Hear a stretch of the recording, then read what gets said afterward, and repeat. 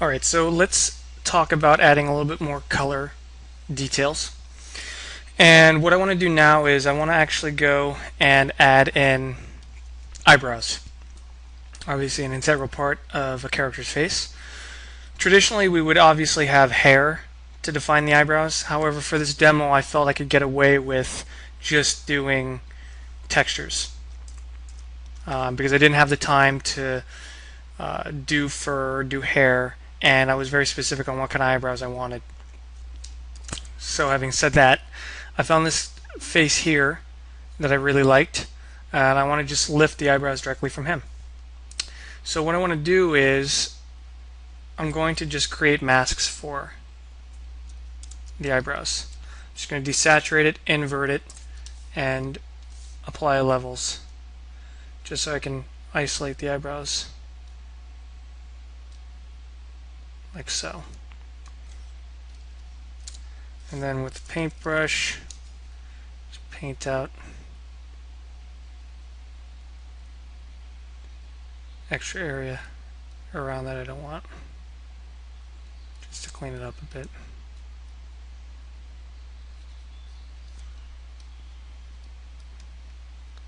Like so.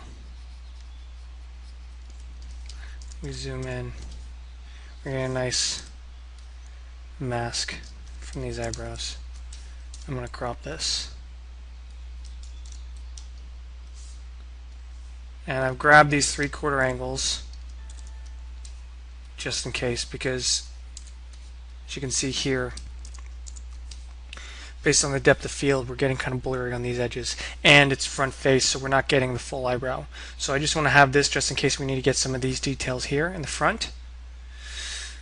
But I'm going to also rely on these for the main projection. So let me just crop this, desaturate it, invert it, apply another levels.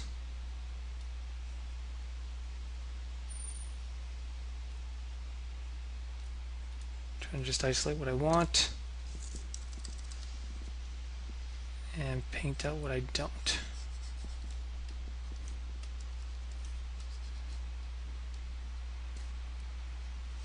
Like so.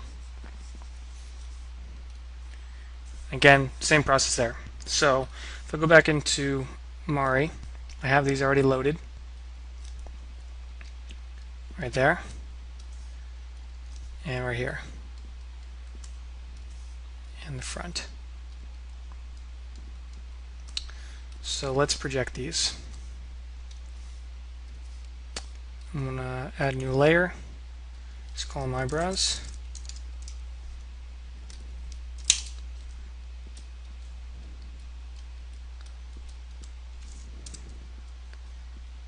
Get my paint through tool and project them down.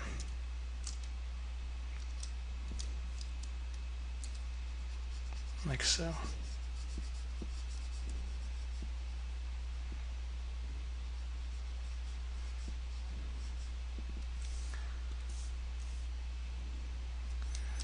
And I'm going to set this to screen so you can see how it's being applied.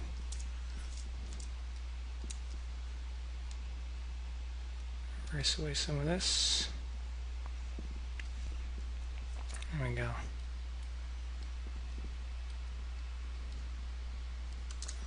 Make that down.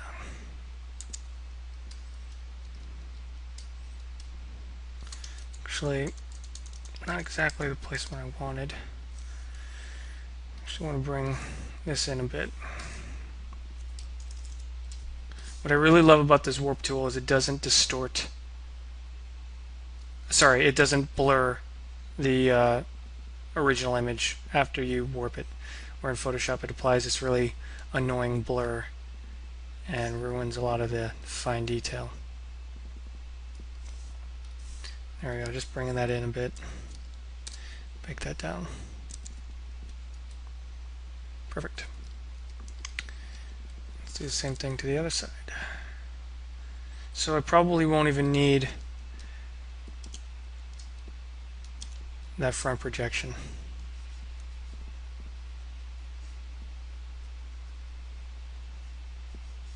after all.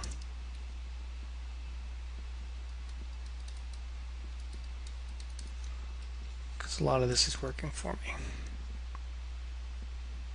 right out of the box.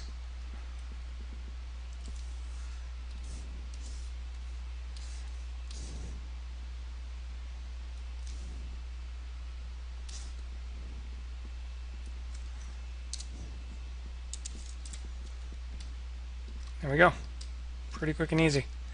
Although it's a bit bright for me, so I'm just going to tone these down a bit. Probably halfway, 0.5. And already we have some really cool eyebrows in the epidermal, which would be really nice. What I want to do now is, in order to get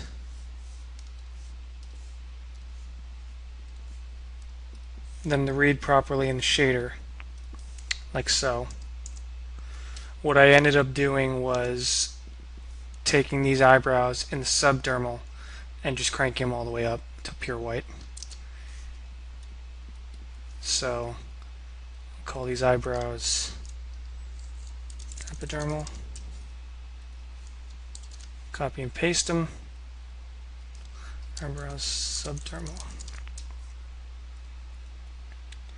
And then all this stuff here will be subdermal details. So I'm going to group these. Don't know if that'll work. No, that won't work, sorry. I can't group them without unlinking them down here, which is okay. So this is what my subdermal maps will look like.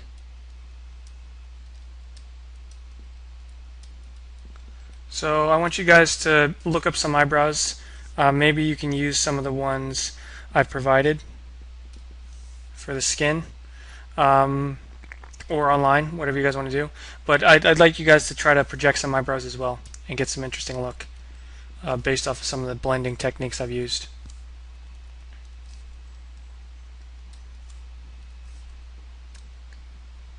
And it definitely adds a lot more character to the character.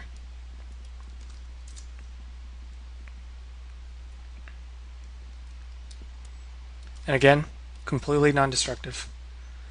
So I can take those out, and now I can subsequently use them in my displacement map and my specular maps. So if I were to load my FineDisp,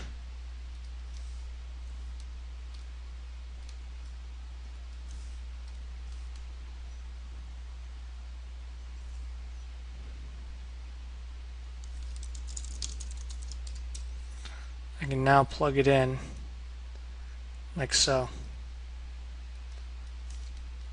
And now I have one-to-one displacement detail for my eyebrows, so I can get it to displace outwards like it's doing right here.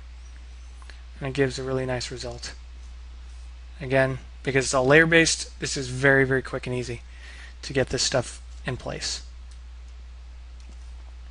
So have at that and give that a whirl. In the next section, I'm going to talk about different kinds of masks we may be encountering in production when dealing with subsurface scattering.